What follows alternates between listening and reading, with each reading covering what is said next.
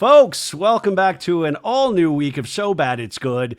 We do Pop Culture Roundups on Monday, and we're going to do that again. I was going to say we're going to try to bring the funny, but I don't even know if we ever do that. So hopefully this will be something for you to start the week with. With us, as always, is the co-host of the insanely good Snarkbait, the one, the only, Sophie Ross Brooks. Do we say Sophie Ross or Sophie Ross Brooks? What do we say? I'm trying to normalize Sophie Ross Brooks, even though it's hard. So on Snarkbait, do we... the cover art has changed, but is it Sophie Ross or Sophie No, Ross it's just Brooks? our first names. It's just Sophie and Christy. That's nice. It's like Madonna and Beyonce. Wait, since when are we not funny? You just said, I don't know if we're ever funny. Since when are we not funny? Well, Sophie, you know what? I try to be humble, and I try not to, it's really in the eye of the beholder what funny is. So I don't think this is a hard-hitting news show. I mean, we're objectively funny, so.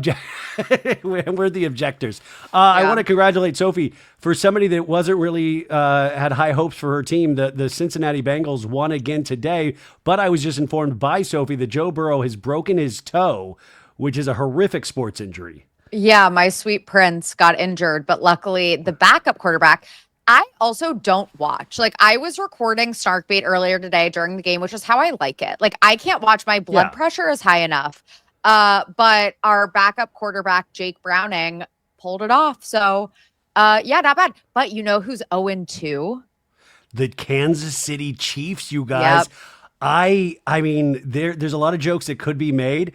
But I said I was worried months ago that he wasn't taking this seriously. The whole team has to take it seriously, obviously. And did you see that Taylor was there and they snuck her in with this like janky divider? Did you see the divider that they set up so she could walk in? Yeah, it wasn't like, how on the Eras tour they put her in on like a cleaning cart and she hid in like this oversized cleaning cart. They put like a divider that you would like a room divider, and they put it out and then covered her as she walked.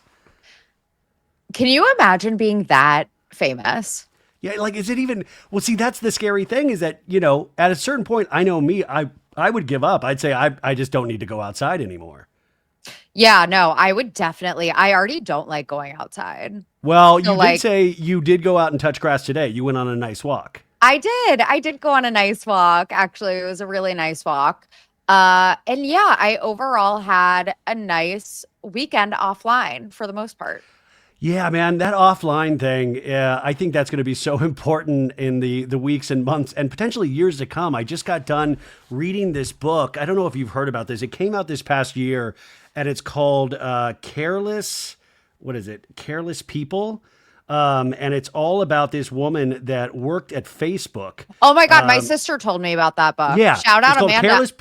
Shout out Amanda Ross, but Careless People, Sarah Wynne Williams wrote this, and she had worked with Facebook over multiple years, and it really breaks down exactly, I mean, just what the algorithm is so powerful is that it really breaks down what you will get angry at, what will excite you, and you can advertise to that core group of people. So whether it be elections, whether it be pop culture, and they've taken off even more of the guardrails. So Facebook is really proliferated, and I'm just going by pop culture news, so much really just fake news that I'll go on there and I will immediately be hit like 10 fake things that I can disprove immediately. And then the comments, though, it's so sad because you see people just accepting it point blank. They're like, oh my God, Lisa Vanderpump's on heroin. That's crazy. I totally believe that. And you're like, you could find this out within a quick Google search, and but they don't want to do anything about it because it's money coming in.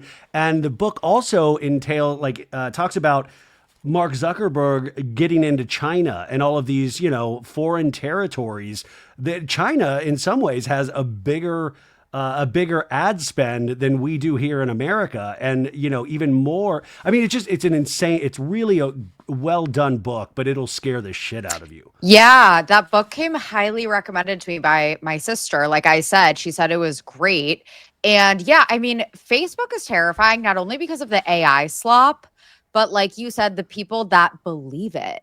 And it not only will be like those videos of like a baby swimming through floodwaters. You know what I'm talking about? Yeah, Like I know exactly what you're talking. I know exactly what you're talking about. So like that, and then people will be like, "Oh my god, poor baby," and then also it'll be fake quotes from celebrities. I know, it's like the worst. It's great, and again, people just accept it without questioning it. It's so scary. But in some ways, it's this weirdly positive thing in the sense that people don't expect to be lied to. So of course they're going to accept it, and you don't want everybody to turn into these kind of heartless people that don't believe anything. But at the same point, you have to have some sort of discernment when you go online. Like I see my dad getting fooled all of the time.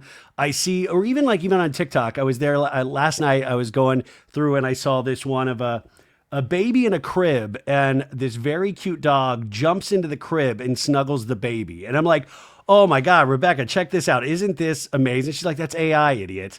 And then it was. I saw then 10 different things of dogs, same dog. And I'm like, we're screwed. We are screwed. And you would think, I like to think that I am, media literate. Like I should be able to tell the difference between what's AI and what's real. Yeah. But stuff like that will get me also. It's going to be impossible in just a few years for anyone to tell the difference. It's scary. It's so good. It's so good already. Yeah. And, you're seeing a lot of these things pop up on Instagram right now with your random friend from Minnesota popping into a frame with Britney Spears, because the AI, you can put yourself with any celebrity now. And it's gotten so good that by first look, you would completely believe it, except that your friend from Minnesota probably would not be hanging out with 2003 era Britney Spears. Yeah. Anyways, tonight, you guys, is the Emmys. Now, we're recording this. The Emmys just started right now. And I thought there's been so much great TV this year. I'm sorry, by the way. I asked Ryan to record at 8, not even thinking about the Emmys. That's what DVRs are for, so we are totally good there. But I wanted to go through with Sophie some of who she thinks should win. These are some of the big categories. Now, this is Best Dramatic Series, and we'll know immediately as you're listening to this if we're wrong. The nominees are Andor, The Diplomat, The Last of Us, Paradise, The Pit, Severance, Slow Horses, and The White Lotus. Who wins? I feel like Severance has to win. I got to go Severance. But I don't think, remember, you really kind of were so-so on the second season. Who would you want to win? I think Severance deserves to win. But keep in mind that out of all of those shows, I have not watched the new season of The Last of Us, and I've only watched Severance and The White Lotus. So I dipped out after Pedro Pascal, his character. Yeah, I think I watched the first episode and I was like, I really don't care anymore. It was really good the first season, and then I was like, I actually don't care what happens to these fungus zombies. Well, it's like The Walking Dead. Eventually, you guys are all screwed. There's no way you're going to survive any of this. There's no happy ending for apocalypse shows. Side note, though, do you ever think about how it would randomly be fun? Maybe for a week if an apocalypse happened. Well, unless you're one of the first ones to go, and I feel like I'd be one of the first ones to go in an apocalypse, so it wouldn't be fun for me. No, maybe it's because I live in an apartment in New York. I would feel like I could we have cans and stuff. We could survive for a few months and it would be kind of fun, My friend, my best friend Dusty from high school, I think I still have PTSD from this.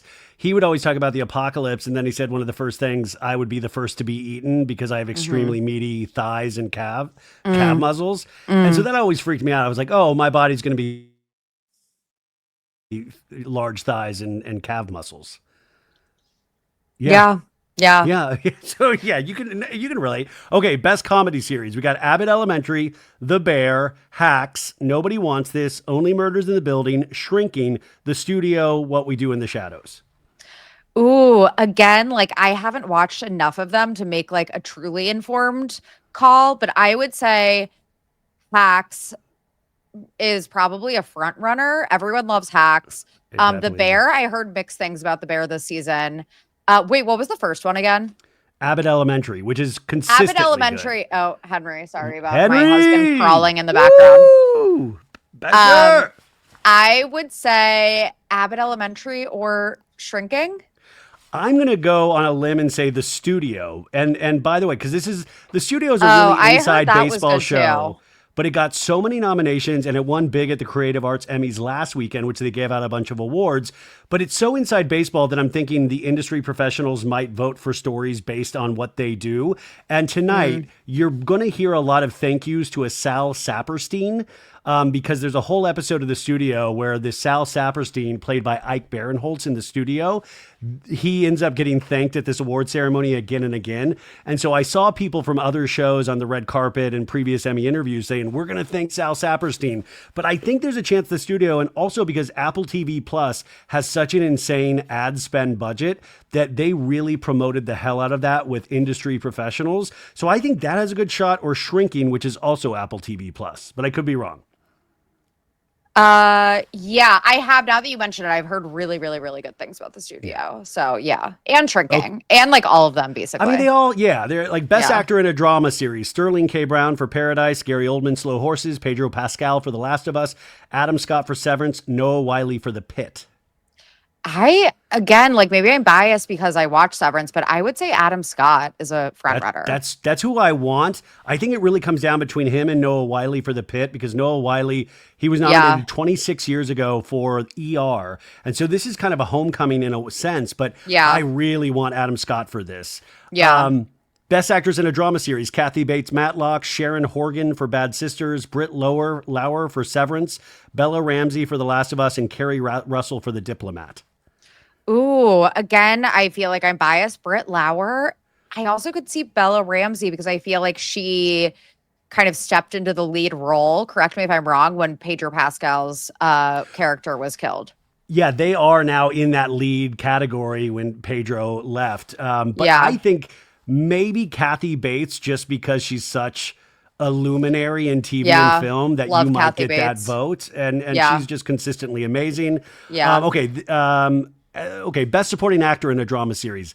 This is where like White Lotus and Severance kind of like take the lead. Zach Cherry, Severance, Walter Goggins, The White Lotus, Jason Isaacs for The White Lotus, James Marsden for Paradise, Sam Rockwell for The White Lotus, Tremel Tillman for Severance, John Turturro for Severance. I would really like Tremel Tillman to win. Me too. I'm going to go with him. I think that it is so deserved. He is so good as Mr. Milchick. Again, I keep saying Severance because it's like the one show I've watched, but I think that he's just amazing.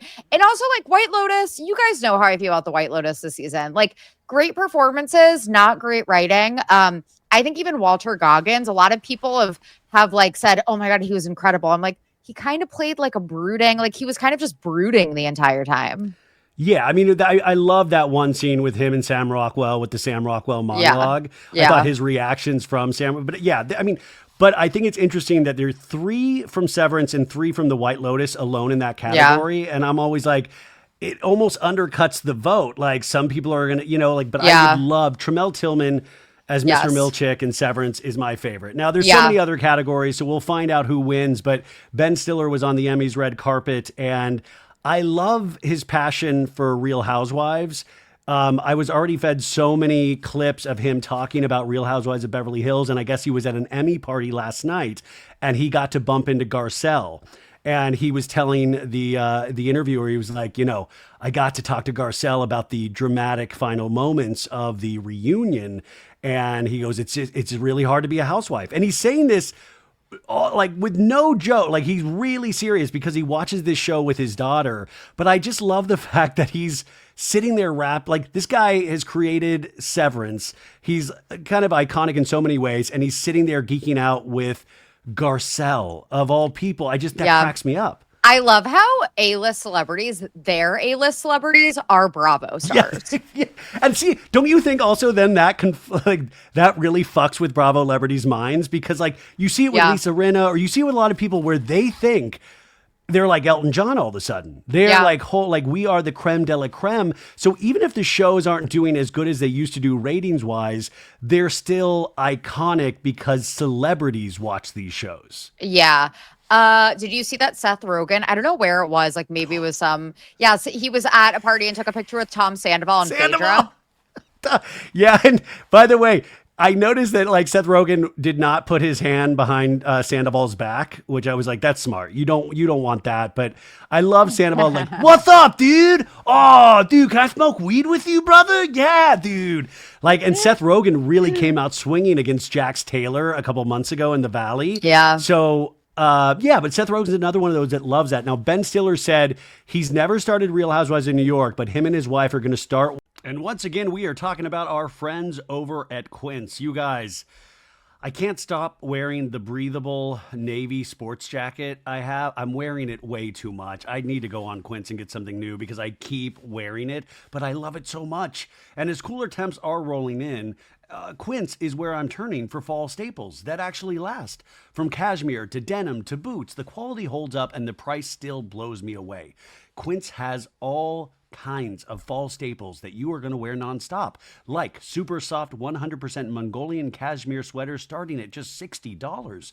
Their denim is durable and it fits right, and their real leather jackets bring that clean, classic edge without the elevated price tag. And what makes Quince different is they partner directly with ethical factories and skip the middlemen, so you get top-tier fabrics and craftsmanship at half the price of similar brands. That sounds really good. So keep it classic and cool this fall with long-lasting staples from Quince. Go to quince.com/sobad for free shipping on your order and 365-day returns. Just go to the website. You're going to find a lot of good stuff. That's QUINCE.com/sobad. Free shipping and 365-day returns. Quince.com/sobad. So I thought that was promising. Wait, they're going to start what? You cut out for a second. Ben Stiller's going to start watching Real Housewives of Salt Lake City with his wife. He said. Oh, great choice. Great choice. Very good choice. Yeah. Yes. Speaking of Real Housewives of Salt Lake City, you guys, the season 6 premiere is Tuesday night. Will you be watching, Sophie? Oh my God, it's coming up. Absolutely. Yes. You know I will be. But it's a really big week for TV, and there's a lot of choices that people are going to be making. Is that on that night, you also have the premiere of Dancing with the Stars, I believe, and you have the premiere of Love Island Games, which then moves to Thursday through Sunday. What are you choosing? What the fuck is Love Island Games? It's where they take past contestants of Love Island USA and Love Island UK and the other iterations, and they put them together and they make them do Hunger Games and kill each other. No, they just make them do games, I guess. They've only done one season out. This is the second season. No, I think I'm good on that. I've also never watched Dancing with the Stars, and I don't plan to. So definitely I will be seated for Rosas, Real Houses of Salt Lake City. Roslika. I'm really excited for Roslika, Real Houses of Salt Lake City. But I think I will have to watch Dancing with the Stars here and there for Hilaria Baldwin. Mm-hmm. And I want to see like Alex Earl. I want to see The Secret Lives of Dylan Efron. Dylan Efron is in that category where he could potentially win this because he's just that everyman that everybody seems to kind of like. Yep. Will we see Zac Efron in the audience supporting his brother? Oh, maybe. Wait, did you see that fake AI like Zac Efron ad going around? It was like a Sophie. Fake oh my God! Everyone believed it. I was about to tell. This is another one AI bullshit. Explain to the people what this is. It's for like Gucci or something. I think it was a Prada ad. It was a fake Prada ad with Zac Efron, and he looks so scary and muscular and orange and plastic. Looked really and sweaty. He just looked really bad, and everyone thought it was a real ad. And they're like, what have you done to our poor boy? Yeah. And nobody realizes somebody fucking with us with AI. I've seen that too with Mary-Kate and Ashley Olsen. Have you seen those? No. Yeah, where they make them look so severe and creepy. But that's what I'm telling you. Just be really discerning out there, folks. From here on out, if you think a picture is crazy, run it through some sort of AI generator, and it will tell you. So Real Housewives of Salt Lake City premieres this week. I'm going to upset Sophie right now, as I like to do. I have seen the first episode. I know. I'm sorry. I will say I can't wait for everybody to see it. There is one thing that I wish I could talk about now that I think might frustrate some people, but overall, I think we're in for a really good ride, Sophie. What do you think? Oh my God, he's so annoying, you guys. He didn't even tell us anything. He didn't tell us anything interesting other than he has a screener. I know. It's like, listen, I said this years ago. If I could get on a screeners list, I don't need money. I don't need that, but that would make me happy. Yeah. And that's like the one thing I have. It's the one thing. You deserve it. You absolutely deserve it. So Yeah, I'm happy for you. Yeah, I live this sad little life. I deserve this. Come on. Okay, so we got so much to talk about in the insanity of this week, but I will say there's a couple things that I watched this week. Now, I don't think you probably dipped into this or you wanted to even watch it, but did you by chance watch AKA Charlie Sheen on Netflix? No, I heard it was good though. And I feel like It's you're very into these like docu-series about celebrities. I really am, but in a sense, though, I feel like this is probably out of potentially the age range that's going to interest a lot of like you or younger viewers because a lot of people don't realize what a great actor he started his career as. Yeah. But it's a two-part thing. He participates heavily, but it really shows warts and all and what a drug addict he was. He allegedly has been sober for 7 years. Oh, but good for him. Yeah, I mean, Denise Richards plays a part in it, and you realize, I mean, Denise Richards is so fascinating because what she had to go through with Charlie Sheen and what she's going through now with Aaron Pfeiffer's her soon-to-be ex-husband. Oh God. Yeah, she's really been through it, honestly. Yeah. She deserves better. And she would when he was working on Two and a Half Men, he was so drugged out at a point where they were split up, but they still had somewhat of a relationship. So the production would call her to go check on Charlie to make sure if he was alive or not because he hadn't showed up. And she would come over. He'd be all drugged out. He'd be with a bunch of prostitutes and he'd be like, Charlie. And then she would make like, kitchen sink sandwiches for everybody, including the prostitutes, because she's like, they got to eat, and I'm just because they have kids together. And just think about the insanity. He does also talk about the rumor that he had graped Corey Haim, the actor who's since passed away, on the set of Lucas. He says that's total bullshit. He also talks about getting AIDS. He also talks about on his crack binge how he started having homosexual sex. Where he's like that all of a sudden was on the menu. Like he is ridiculously so open that you're then wondering, you got to be hiding something. And what could that possibly be? Does he have, forgive me if this is an ignorant question, does he have AIDS or HIV at this point?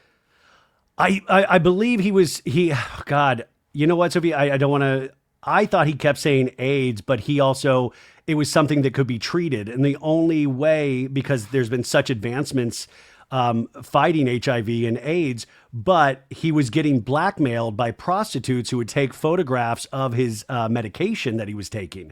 And so finally he came forward. It looks like he has HIV and not full-blown AIDS, which is good. Okay.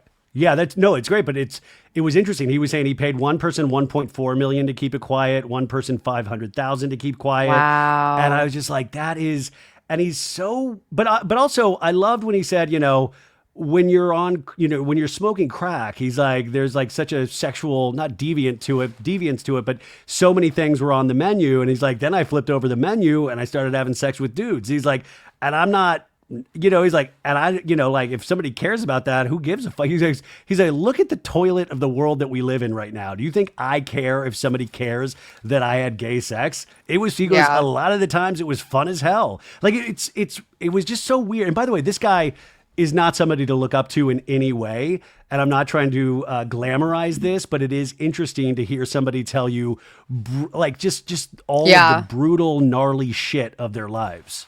And also like destigmatize it. He's like, I'm a straight man. I'm not gay, but like, yeah, I had sex with guys. It's not weird. Yeah, I mean, we have talked about that line of, it's like lines blur all the time for people. Okay, so Charlie Sheen, I recommend. Did you watch anything this week that's standing out to you? Ooh, The Summer I Turned Pretty has gone a bit off the rails. Wait, aren't we at the finale of season 3? Yes, the finale is this upcoming Wednesday. I usually watch it on Wednesdays, but I think it comes out like Tuesday at midnight. I don't know. Either way, the guy that we all hate? Who's the guy everybody's always bitching about? Jeremiah sucks. We hate Jeremiah. But also, like, I don't know. It's really gone off the rails, honestly. I'm ready for it to end. This is the series finale. I think that it's just Jenny Han, I think, did a really good job with the material that was working off of the books that she wrote. But then the books ran out, like the books ended at a certain point, and then the show kept going. And now it's like, it's just not very good. But I had a lot of fun for 3 seasons. I still encourage people to watch it, but just know that in the last season, it gets really weird. It's like, so apparently Conrad and Belly are endgame, but See, like Conrad's the one I keep hearing people talk about. Conrad's cute. We like Conrad. Conrad's cute. He's played by the actor Christopher Briney, who's a pretty good actor. I would say Jeremiah's acting has not been good, the actor that plays him. Conrad's acting in the last episode was also weird, where it almost feels like he's like a stalker, even though it's supposed to be like this big love story romance. It's like, okay, but it seems one-sided. So it's like the writing, the acting, it just like has not been good the past few episodes. So that's disappointing. But do you know if it's ending or is it potentially continuing? You just think it should end after this season? No, it is ending. This is like where it ends. It's done after the this. series finale. Yeah. Oh, and I also mentioned, I talked about the Dexter resurrection finale, right? That was last week. Amazing. Yeah. What else have I watched? Honestly, Survivor. I've been watching Survivor. Did you watch Survivor versus the World, which was the Australian version that just ended with all the American competitors? No, but I heard it was really good, and someone we like, spoiler alert, won. Yeah, I know. I heard that too, and I didn't even get to watch one episode, but I'm still going to watch it. I'm still going to watch it. This also is right up your alley in regards to Summer I Turned Pretty. I'm very sorry. I think this might affect you, but Kelsey Ballerina and Chase Stokes break up after nearly 3 years. And Chase Stokes is the actor from Outer Banks. Kelsey Ballerina is a country singer, but I most know her for Southern Charm when she bid on Craig Conover and won a date with Craig Conover. What do you think of this breakup after 3 years? Good. Like, good riddance. She can do better. Chase Stokes is annoying. If you listen to Snarkbait, you know that we like have this irrational hatred of Chase Stokes for no reason. Trigger warning, Chase Stokes. Trigger warning, Chase Stokes. Oh my God, stop mocking us. Trigger warning, you guys. Trigger warning, Chase Stokes, actually, though. But you know what's crazy, Ryan? Did you notice this? That her birthday was like 2 days ago. He posted this like big tribute for her birthday just 2 days ago. And the rumors of them breaking up have been like, Demois was talking about it like last month, like a month ago. But then he posted on Instagram, posted a whole album of photos of them. This was 2 days ago. Said, although you keep saying you're not excited for 32, I'd say I'm looking forward to more of this. Happy birthday, my love. More of this. And it's like a whole album. Do you think that's a last-ditch effort to get her back? Or do you think that's PR because they didn't know, he didn't know if they were going to announce? By the way, they announced right before the Emmys, which is pretty brilliant to announce because it can kind of get lost in that Emmy shuffle potentially. So what do you think that is, him posting that? I don't know. Like maybe it was like they were already broken up and he was trying to, you know, what's the term? Throw people off. But like, why? No one cares about you that much. Like, you're not Brangelina. Like, no one gives a fuck. Sorry. Well, so many people, it's like I imagine telling my dad these things. I'm like, Dad, Chase Stokes and Kelsey Ballerina broke up. He would not know either of those people. He would not know. And by the way, I barely know who Chase Stokes is because I don't watch Outer Banks. His face looks very familiar. His face is filled with fillers, and he's 32 years old and playing an 18-year-old. So how do we know you're not looking at AI? How do we know you're not looking at like a Zac Efron type filler photo? Because it's his face. I watch it on Netflix. So the people did the breaking news story of this, and I just had it pulled up, but I always just love when a relationship, you have to comment on it. And a rep for the two said, they're two adults who gave it their all and tried to do everything they could to make it work, but ultimately couldn't. It happens. Like, I love when PR people have to make a statement. You know, I think that's the best part about being a normie is that we don't usually have to make a statement when we break up or get with somebody. I wish people did. Like, I wish when, someone gets divorced, like a friend of a friend, and you notice it, like on their Instagram, they deleted all the pictures of their husband. I want the statement. I want to know what happened. That would be great if like sources for random person, like we get like their friends to like, that's great. Like a local gazette that we do on Instagram for like each city. They post a photo of themselves, but it has like the rip down the middle, like what tabloids do. Wait, what if we did like a local Demois for each small town? But it's nothing to do with celebrities. It's just the actual people in the town. I would love that. That's, by the way, that's where AI should actually, that's a growth market. So anyways, they're broken up, you guys. That's sad. Now, is Kelsey Ballerina, she's a big country singer, right? Is she, I think she's really well liked, right? Yeah, Christy really likes her. I don't really listen to country music that much, so I'm not like super familiar with her work, but Christy really likes her. Well, speaking of country music, I saw this and I was just like, this guy Zach Bryan. This guy's a menace. So country singer Zach Bryan, we know him through his work with a lot of women and his music, obviously. He not most recently, but he dated Brianna Chicken Fry, who you're going to see in the upcoming season of Special Forces. And he cheated on her a bunch. He offered her a couple million to stay quiet. She didn't take the money. Probably should have in retrospect. But there was this music festival. And there's another country singer. I'd never heard of this guy, Gavin Adcock. And they just made up that name. They made up that person. That's AI, you guys. Gavin Adcock doesn't exist. But I guess he's a country singer. And he had commented about Zach Bryan at another concert because some 14-year-old said that Zach Bryan didn't even wave or like stop to take a picture at like one of his concerts. And I think this guy, Gavin, said, well, that's real shitty. You know, we're here to, it's a 14-year-old girl. Because then I guess Zach Bryan commented to the 14-year-old girl of like, I don't owe my attention to anyone. Like a real shithead thing to comment. And I guess Zach Bryan got upset that this guy commented that. So they're at this music festival together. And Zach Bryan, it's great. There's so much video of this. He tries to crawl over a barbed wire fence to fight this guy. And this is not the first or the third or the fourth time I've heard about Zach Bryan trying to get into a fight when he's drunk. He seems like a real menace that makes great music for a lot of people. It's like he has, what is it, like little man syndrome, like Napoleon. Yeah, Napoleon complex. Napoleon complex, where he's just like this little pink and compact little boy. Yeah, a little bulldog. Like a little French bulldog, and he feels the need to overcompensate. Oh my God. Now I'm just scared that Zach Bryan's going to climb over the tiny fence I'm looking at right now to get at me. Like, what'd you say, boy? Wait, he climbed over. Okay, so I briefly saw this. I didn't really watch it. He climbed over barbed wire. Like, is he okay? There's a fence and there was barbed wire at the top. And this little guy, Zach, he's like, let me at him. And I guess he'd been looking for him all day and stuff. And this Travis guy or this Gavin guy, he's really big. Like, I would say he's like 70 pounds, like heavier than Zach Bryan, and he was about to take the stage, so he couldn't get into a fight with Zach Bryan. But I just love, also, if you're fighting Zach Bryan, the first thing you got to say to Zach Bryan, I'd be like, nice hair plugs, idiot, because he just got hair surgery like 6 months ago. And it looks great. Wait, he did? I want to. Oh, yeah. Just type in Zach Bryan hair plugs. It looks phenomenal. Matt James, the former Bachelor, also recently has hair after being bald for a long time. So people are speculating maybe he did too. I didn't know he was struggling with hair loss, but good job. Oh my God, Zach Bryan's hair. Oh my God. Yeah, that's isn't it crazy? That's so funny. I know. That's where I would go. Like, I don't need to use fists. You can use your words. Oh my God, that's so funny.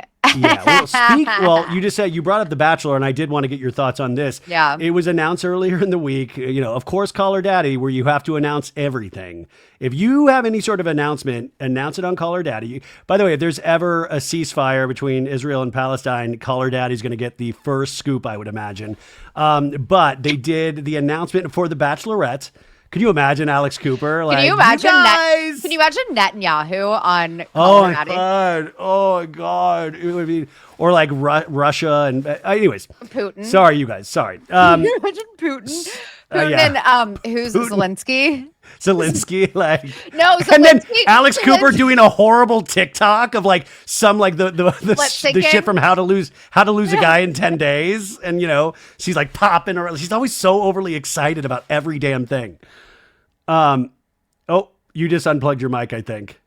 Hold on. Oh, we're back. You got so excited you unplugged your mic. I actually unplugged my mic. No, Zelensky goes on Bio Files, and then Putin goes on Call Her Daddy. Yeah, it's a big war between podcasters of who can get Zelensky and Putin first. And then he Sophia Franklin's like, what about me? Wait, the Real Housewives of New Jersey, the twins in the sound on TikTok that's like, you're not seeing double. Everybody loves us. You're seeing trouble. Do you know what I'm talking about? No, I don't, but it sounds amazing. It's from their literally their intro when they were on Real Housewives of New Jersey. It's a funny TikTok sound.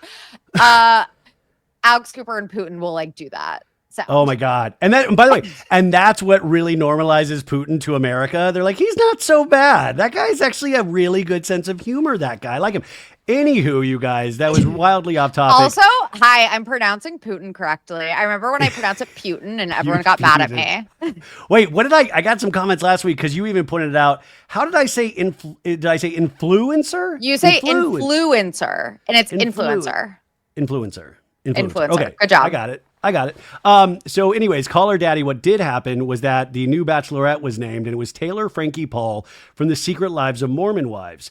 I want to say first, I think this will be the highest rated season of The Bachelorette probably ever. Mm-hmm. But what are your thoughts on this, Sophie? I mean, she's reality TV gold. I think it's brilliant. I think it's just what the Bachelor franchise needed because no one cares about The Bachelor anymore. So it is definitely necessary. What I think is interesting is that the people that have been not on the Bachelor train for the past few seasons, including myself, are suddenly we're back on board. 100%. And then the people who never got off the Bachelor train are suddenly I don't know how I feel about this person because they're not super familiar with her. Maybe they don't watch Secret Lives of Mormon Wives. A lot of people are bringing up the whole DV thing. Sophie, you nailed it. This is what Rebecca was saying yesterday to me too, of dude, on the first season of Secret Lives of Mormon Wives, she has a DV allegation against her dude. That's the first episode of the show. And then they pick up cameras months later. So she has DV allegations she actually. And her child was caught in the crosshairs too. So there's the child element of it. But see and this is what sells though, is think about it. She has 3 kids. I mean, I don't know what her relationship to the Mormon religion is present day. It seems like so much drama. We know her parents or, what they kind of slut shamed her in the second season of Secret Lives of Mormon Wives. And I'm just but this is reality TV in 2025 is that I feel like we're going to watch her further break down on this show. And I feel like they're going to cover even more than just what we're normally seeing on The Bachelorette. I think it's going to be opening up to her ex who just found out she was going on The Bachelorette when Call Her Daddy came out. What's that dude's name? Dakota. Yeah. And Dakota, everybody's joking that he should apply to be on The Bachelorette, but he then made a TikTok saying he should be The Bachelor. He said he's going to apply to be The Bachelor. Speaking of hair plugs, Dakota. But yeah, I mean, keep Dakota away from her. They have a very toxic relationship. I think that you could argue that Taylor Frankie Paul needs to maybe do a little work on herself before looking for love again. But it's like any of the Love Island cast. Why would she ever need to work on herself when she's making more money than her family will ever make in their lifetime? Yeah. Making more.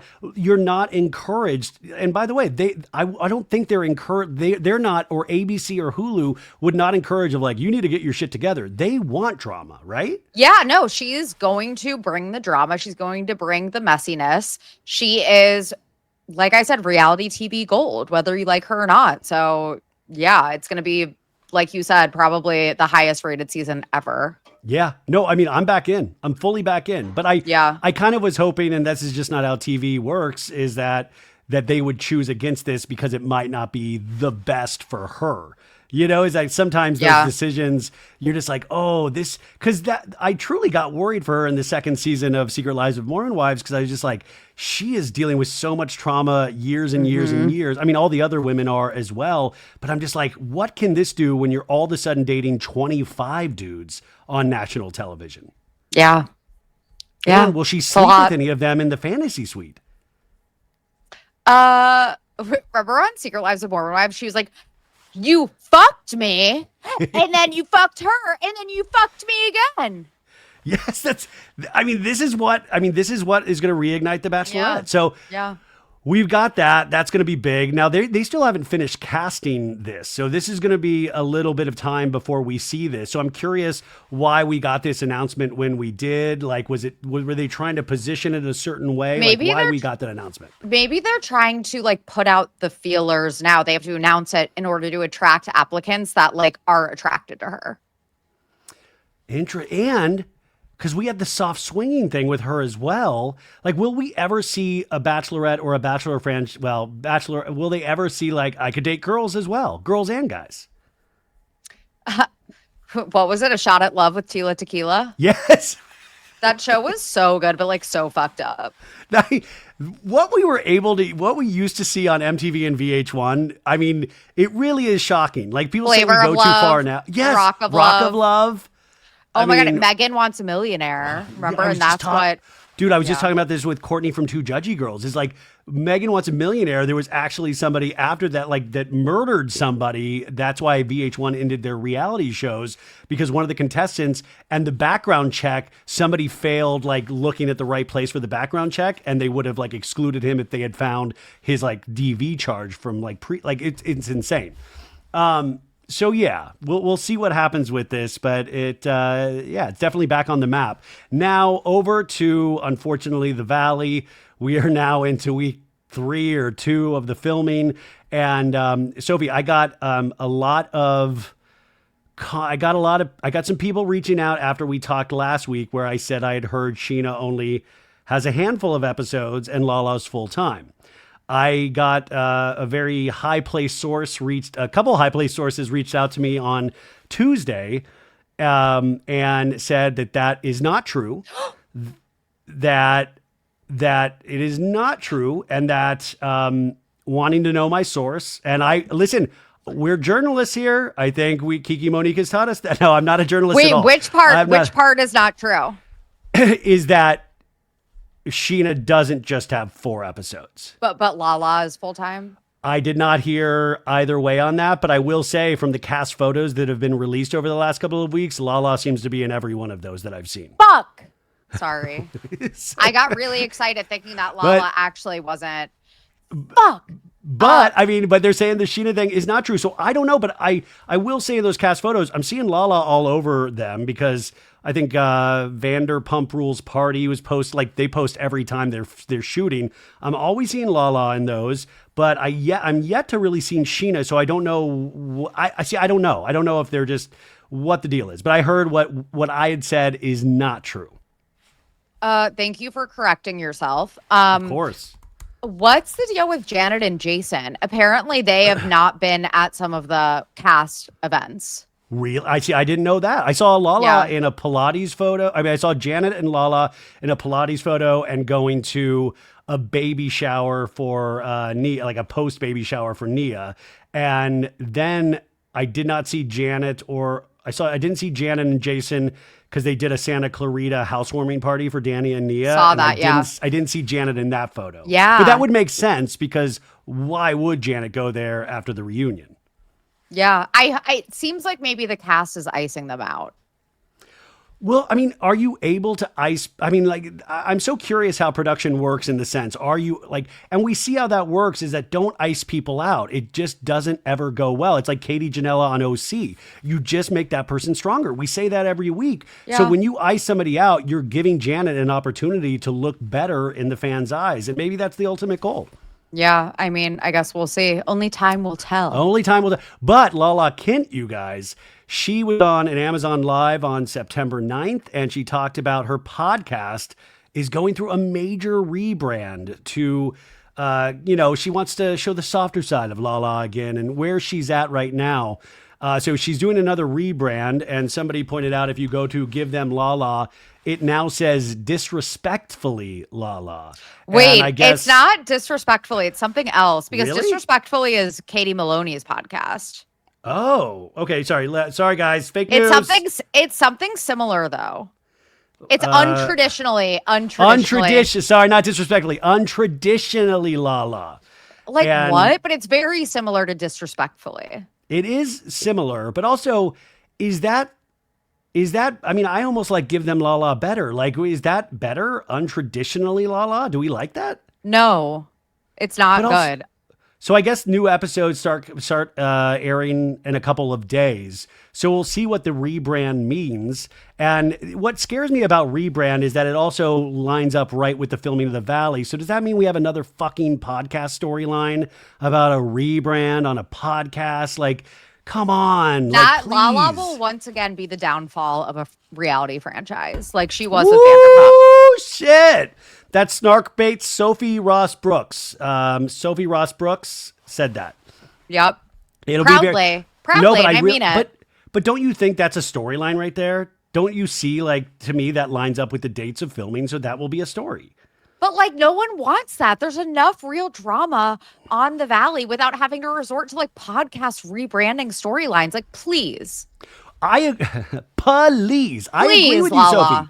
you, Sophie. Yeah. Do you want to get pop, Sophie? Because you're looking to get pop right now. I'll knock you Spock out. Yeah. It's not about the poster. It's not about the poster. No, also, we saw Jeremy Madix appear in the photo for Danny and Nia's housewarming party. So is Ariana's brother going to be a part of this season in a small capacity because he was at that party, or is he just there at the party? Huh. I don't think. Interesting. I don't know. I would be very surprised if Jeremy Madix, if there was like a return for him. But yeah, I would be know. surprised What do as I know? well. But you never know. But it's, if you're thinking about it from a production angle, like these kind of big, like a housewarming party, a baby shower, as a producer, I would think, okay, you want these events because you give them locations to have fights and conversations in. But I think even like beyond that, we don't, like you said, we don't really need those things. We don't care. Like, I don't need a housewarming party. I don't need, just sit on a couch and have a conversation. Like, I don't need theatrics in any sort of way. Yeah, there's like enough genuine drama with this group. We know that. So. At this point, yeah. And to my point, last night I did a Patreon episode. I wanted to try to be goofy and watch something I hadn't watched in a long time. And I watched season 1, episode 1 of Real Housewives of New York and did a whole Patreon recap about it.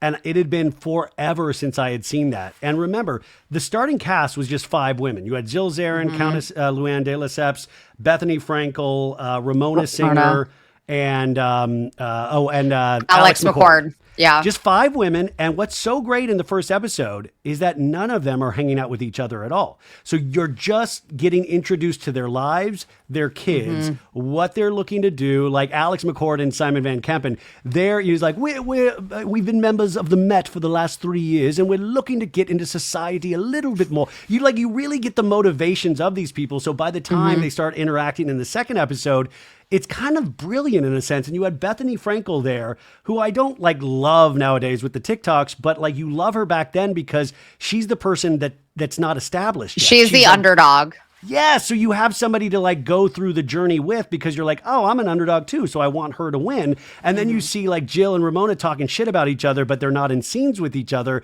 And then the kids, I forgot about Avery and Allie, how they're so embarrassed by their parents, rightfully so. Ramona is talking about threesomes with her friends, and Avery's just sitting right there in front of them. And she's like, Mom! Yep. And Allie has to go to fat camp. Jill's my friend has a fat camp, and it's it's so good and it's so simple. It's simple. It's easy. Yep. Yeah, those were the glory days for sure. I heard actually with New Roni. So obviously there are rumors about them canceling it. Yeah. And then everyone came out and was like, no one's going anywhere except Brynn. And now I'm hearing they've reboot the reboot. Again. Yeah, reboot of the reboot. So allegedly what we're hearing is that Aaron Stain, Sai is staying, Jessel is staying, and maybe Jenna Lyons, but that's not confirmed. And then they would add a bunch of other ladies with them. And that's who they're still going through the casting process. Else, and there's been some who rumor else of is who there? those ladies are. Who else was there? Raquel? You had, who are we? Yeah, who? I mean, that's so sad. Who else was there? Uba. Oh, Uba. Yeah. And by the way, that would make sense that Uba just got engaged and doesn't want to show her fiance. So I would understand maybe why, but Jenna Lyons was the same way. So yeah. And we know obviously that Brynn is out. So I guess Brynn said she chose supposedly. Yeah, to stay she definitely chose for sure. And Andy this week said Real Housewives of Rhode Island is close to being finished filming, centers around kind of an Italian vibe, which to me is that's Real Housewives of New Jersey, but as long as it's good, that's great. Jersey, they're probably going to make an announcement at Bravocon. And I think there's going to be a lot of announcements and previews at Bravocon, including the Shaws of Sunset reboot.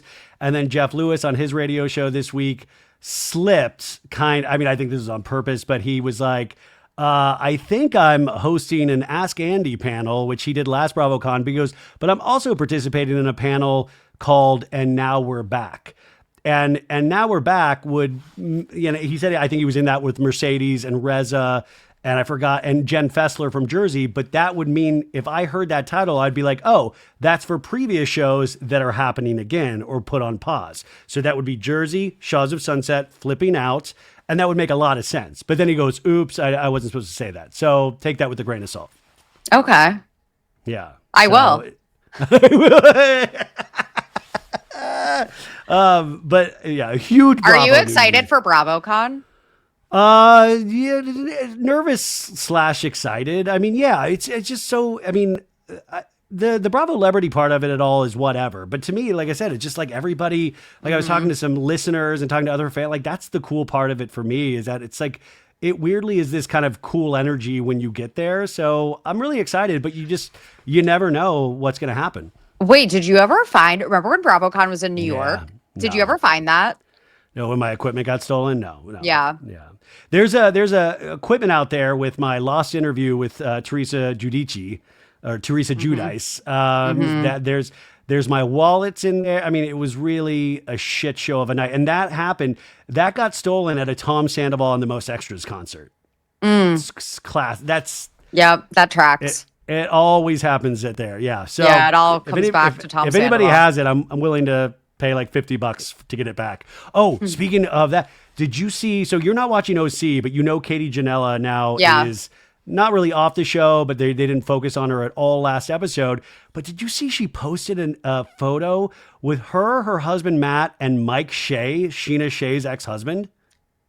How does that happen? Bumped into him at some like random place. But I was like, it's so, because Scheana had gotten pulled into this Kiki Monique and Gretchen thing or whatever. And then I thought it was wild. Like, did Katie fire right back at Scheana and like certain comments by posting a photo with her and her ex-husband? Like, that's insane. Did you see the photo of like no, Mike I didn't Shay see that. and older Mike Shay? Wait, did I ever tell you about how Henry came home one day and he was like, I saw Michael Shay on the subway. And I was like, Scheana Shay's ex-husband? And he goes, no. Who's Mike Shay? He goes, the one from SNL. He meant Michael Che. I didn't care when it was Michael Che. I did not care at all. I thought it was Michael Shay, I was like, And also, wouldn't you be worried if Henry knew exactly what Mike Shay looked like? I would be so proud. Are you kidding me? Yeah, that's... Come here, give me a smooch. That's amazing. Amazing. Yeah. So I don't know. I just love the Scheanification of everything. That Scheana's always a part of everything. Yeah, she really is. Who are you guys covering? Are you allowed to say who you're covering on Snarkbait this week? Ooh, yeah. We actually are covering an influencer. I don't know if you're familiar with her, called Half Baked Harvest. She's a very prominent food influencer. Never heard. Why is she interesting? There's a lot of lore. She's like an OG food influencer. She's actually really good friends with Benny Blanco. So she might be at the Selena Gomez Benny Blanco wedding, which apparently is maybe happening this month. Did you see that? Yeah. No, I didn't see that. Where do you think, are they having it in Los Angeles? I love when I get to break news to Ryan.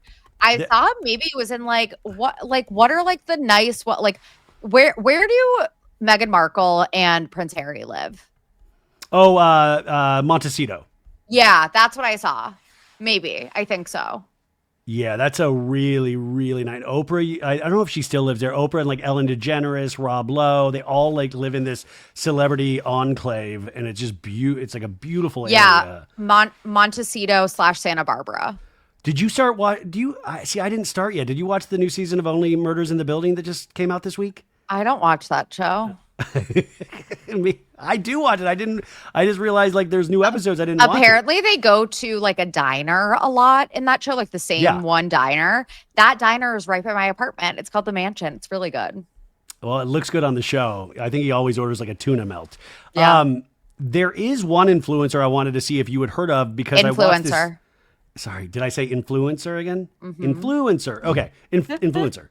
There is a new docuseries on Paramount Plus. It's 2 parts. Yes. It's called Thirst Trap: The Fame, the Fantasy, and the Fallout. And it chronicles the rise of this gentleman, William White, that really came to prominence during the pandemic on TikTok. He was kind of like a good-looking dude, and he would lip sync like Barry Manilow's Mandy, and older ladies just flipped their shit for this man. Yeah. And it's a very interesting kind of like, not the rise and fall, but it just shows the parasocial relationship that we all have with, influencers. Yeah. Did you know about this William White kid? Yes. Yeah. So I actually saw this when I was turning on Survivor the other day, because Survivor is also on Paramount Plus. And I am very interested in watching it because I remember when this whole saga happened. And yeah, he basically has extremely, extremely parasocial, like middle-aged women, like older women fans that have a very inappropriate relationship with him. And this one lady, they have talking heads with these older ladies, and the one lady's like, "Oh, I've given him about $200,000 over the course of knowing him. He's made millions of dollars." Yeah, these women literally give him their life savings. But the thing is, you guys, like, they interview him, and he, no offense to William, but he just seems like a schmuck. Like, he doesn't seem evil, and he doesn't seem particularly good, but he's just, and then it's just so bizarre because then he would do lives, and then he ended up taking some nudes that got stolen from his laptop or his phone, and those got passed around. He ends up getting catfished by somebody he thinks is like this girl he's been talking to for a year that's not even one of his fans, but like, he's not the brightest bulb out there, but he worked construction, and then during the pandemic this thing took off. He's like quit social media I think around like 25 times for mental health. Like, he went to rehab for like marijuana and stuff. Oh, God. And like, I mean, it's a really kind of just not tragic because he's still around, he's still doing his thing, but I had never heard of him. So even when you just said that influencer you were talking about on Snarkbait, it's so interesting, all of these pockets of the internet that I still have no clue. Like, this story was so not familiar to me at all. So the documentary was good? It's okay. Yeah. I mean, it's not Unknown Number, the high school catfish, but it's decent. The creamy jeans. I'm creaming in my jeans. You got a flat ass. Can you? Oh God. But no, I think you would find it interesting, but also just the fact we like, what is this guy going to do for the rest of his life? Like, he said he wants to get into acting, but like, he talks and he just seems a little slow and good looking, but just slow. And the fact that like, he just depends, I don't know. It was just really, I don't know. It was very interesting, and aspects of it I could relate to in some ways, but like, this dude is making millions and millions of dollars, and I don't know. I thought it was interesting. Check it out though. Yeah, I definitely will. Yeah. Okay. As we start winding down here, we got some, one of your shows that you like, The Hunting Wives, finally got the go for a season 2, which I think everybody thought it was going to get a season 2. Yeah. I'm sure that's probably well on its way to production, even like, because they always announce it after they've already started working on it. Wait, so you knows? need to watch it, Ryan. I know. Well, Sophie, was so crazy. Rebecca was at like a birthday party last night. And so I was like, maybe I start The Hunting Wives or The Summer I Turned Pretty. And then I ended up doing the Patreon Roni episode. And then Rebecca got home and she was like, I didn't want to make her watch The Summer I Turned Pretty. So Rebecca would love The Summer I Turned Pretty. It's one of those, she's like one of those, she's got to discover for herself, because if I force her to watch it, yeah, you're already going in with like, she's like, I'm being forced to watch this. Yeah, no, that's true. That's fair. Also, The White Lotus, the next season, it is going to be set in the south of France, Mike White says. So we are going to the south of France, which is interesting. Also, Apple this week did their keynote presentation for the new iPhone, the new AirPods, Apple Watch, all of this shit. And then it proceeded to lose, after the announcement, $11 billion in market value because why? Because people thought the announcement sucked. It's like, okay, another iPhone. Like, the camera's like, we get the drill at this point. The camera's a little better. You get a little bit more space to see the image. The design, like, there's like one weird orange design. Like, it looks kind of ugly. And people want I guess they were disappointed because they want more innovation. Like, think about when is the last time we've had an Apple product that, like, holy shit, I have to have that. Like the iPad, or even, I mean, the iWatch was kind of made fun of at first, even though I really like it. But it's been a while since they've put anything out that is new. And I know there's like little things that they do, but I'm saying like a new big product. And so they lost I mean, by the way, that's nothing. They'll make that up easy, but imagine losing like $11 billion in a day. 11 billion or million? Billion with a B, as Justin Timberlake would say. I don't know why I even asked that. Like 11 million is like nothing to Apple. Yeah. I actually haven't gotten a new phone in 4 years. And so I was like, Henry, should I get? I don't need to until they bug the software of all of the iPhone 13s to break down so that we need to buy new phones, which I know will happen at some point. But right now my phone works fine. But I was like, Henry, should I get this new one? And he was like, it's not worth it. Apparently the next one is supposed to be really good. So I don't know. I feel like we say that every night, like the next one. And it's like, well, then why are we even fucking around? Give me the next one. I don't know who Henry's source is, but apparently they're going to do a flip phone at some point, one that folds. I did hear that a folding one was on its way. Your Bravo source. You're like Scheana Shay source. That's what I was like, ask Henry if he knows anything about Scheana. If he has anything about Scheana. Okay, so yeah, $11 billion, but that's nothing. But I just thought it was funny because, yeah, we're so used to like Apple announcements. Also, two more things here. Oh, fuck, where was it? Oh, I guess a new show premieres at the end of this week on Hulu with Glenn Powell called Chad Powers. Where that looks funny. It looks really funny. It's like a Mrs. Doubtfire kind of thing where he has to put on makeup to portray like a college athlete to kind of not relive his glory days, but I guess he like made a bad play when he was in college football himself. And the preview looks great. I really do like Glenn Powell. So I think that could be a big, and it already got renewed for a second season. So I think that might be big. Yeah. I'll watch it. Howard Stern came back to the air after his summer vacay, and people are saying that he was going to leave. This past Monday, he came back on the air, but it was Andy Cohen who came back on the air, you guys. And he welcomed us to Andy 100 instead of a Howard 100 on Sirius Radio. And it was obviously a prank, but they kept it up for 15 minutes where Andy was like, I'm so sorry. I didn't want it to be this way. Hopefully Howard will get over his feelings because I love him so much. And Andy had his co-host John Hill with him, and he was sitting in Howard's chair in the New York studio, but it was just Howard fucking with people because so many people... Silly. It's very silly. And I love it. I love that Andy loves Howard, and I love that Howard loves Andy, but it was just one of those things where people said his contract, they wanted him out because of Alex Cooper and the proliferation of podcasts. He says he is going to sign some sort of contract, but it wasn't announced, but he is back if anybody cares. And also Andy announced this week, he is on a GLP-1, which is kind of in the Wegovy. That's how he lost, I guess, like 15 or 20 pounds over the summer. I'm so sick of that shit. But I mean, if it works for people, fine. Like, who am I to judge? But I don't know. It's kind of crazy. I mean, but no, I'm just glad. I'm glad that he admitted it. 'Cause so many people were talking about what he did. Like, did Andy get a facelift? He looks different, like on the Love Island reunion and stuff. I guess he lost a little weight over the summer. Oh, I didn't even notice. Well, good for him. I completely noticed. Okay, and then that's kind of it though. Sophie, what else is like? What do you recommend? What do you got going on? Is there any positivity that you can give us this week? I mean, you suggested touching grass, which is always the best thing to do. Unplug a little bit. Listen to Snarkbait, obviously, but what else? What else is like bringing a smile to your face or that you're like losing yourself in? Did I tell you about how I've been watching like my childhood favorite Disney movies on Disney Plus? No, what? James and the Giant Peach. Oh, love. Yeah. Also Fantasia. Just like think of your favorite childhood movie. I also watched Anastasia recently, which I can't remember if that was on Disney Plus or another platform, but Henry had never seen it, weirdly enough.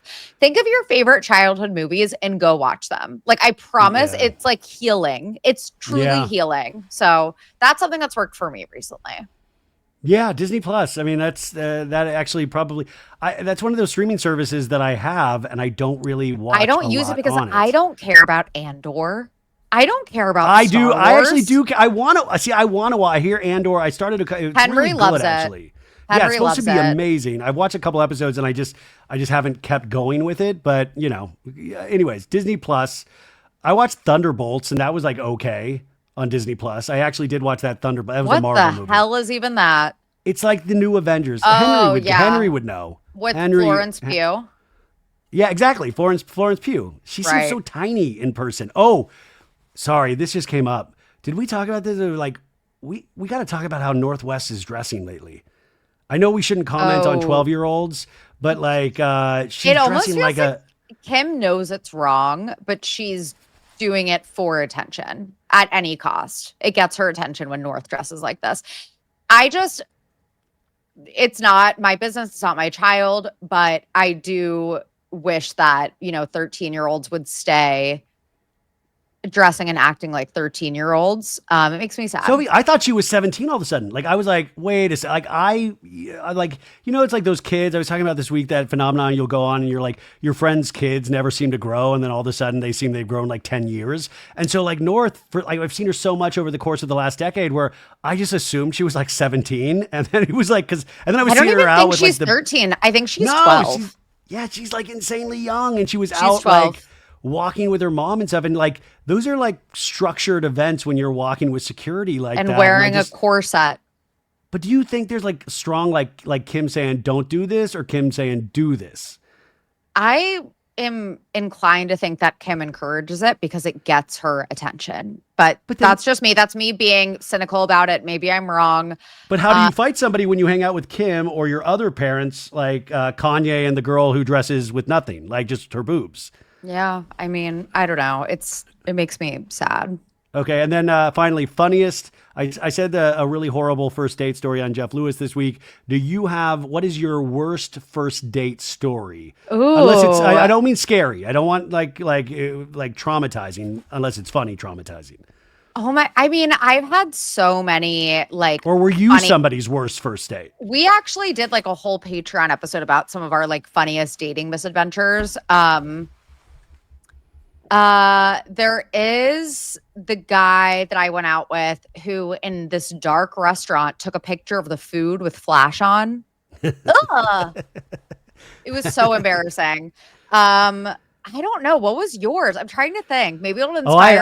I had a string of them. Like my car lit on fire one time. Oh my God. Well, because I left it running the entire date because I was so nervous. Because I was so nervous going to the date. You forgot to turn it off?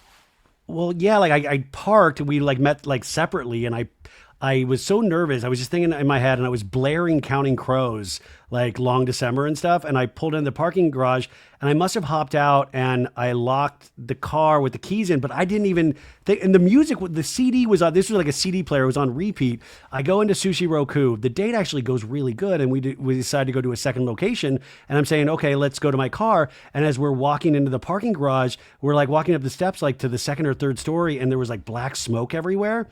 And I heard the Counting Crows music blaring, and I was so excited because I thought somebody else was listening to Counting Crows. I was like, fuck yeah, Counting Crows. And then I found out it was coming from my car and that I had left the car running. It had been like 2+. It was a shitty Chevy Corsica. Oh my God. And yeah, we didn't go to the second location. It was not good. So yeah, that was one of the bad ones. Oh, I remember actually because we were like doing the show together when it happened. Remember when I told you I went to the bathroom and like threw up because I had drank too much? Wait, was that in the sink? Yeah, it was like in the bathroom. I can't remember honestly, but that happened on several dates where I got too drunk because I was nervous and then I would like throw up. One time I threw up on him, on a guy. That was a while ago. Wait, how did he react to it, or do you even remember? I do. He was actually really nice about it. It was I met up with a guy in LA when I was visiting my friend. We met up at Davy Wayne's. Oh, God. And by the way, Davy Wayne's, you guys, you have to enter through a refrigerator. There's a refrigerator door that you enter through. Like and it's a really fun place, but that makes a lot of sense being Davy Wayne's. Many people have done that there. Oh, and the time that I found out I was literally dating the same guy as my coworker who sat next to me because they both posted on their Instagram stories at the same restaurant. This feels like very Parent Trap adjacent or Freaky Friday. Like that's like a movie right there. I don't know. I have like a lot. Did you guys both break up with him? Yeah, we were both like really pissed at him. I thought we were like getting serious. Meanwhile, he's literally going on a first date with my coworker was like getting ready for the date. And I was like, good luck. And then she posted an Instagram story and it was like the same Instagram story as him. Oh my God. Well, guys, for more Sophie dates, go to the Snarkbait Patreon. Yeah. Where you'll get to hear a full. I would be very interested to hear Christy's stories as well. Does she have good ones? Christy has some good ones too. We both do. I'm sure. Anyways, Yeah. you guys, thank you so much for being here. Try to keep it positive as possible this week. I don't know if that's possible, but we'll be here all week doing both of our podcasts. So if you need escape, come listen to both of our shows. And that's it, you guys. Oh, also next week, I think there's going to be a big announcement next Monday about this show. So come back next week, next Monday. There should be a big announcement, okay? Ooh, Bye, I'm excited. guys. Bye.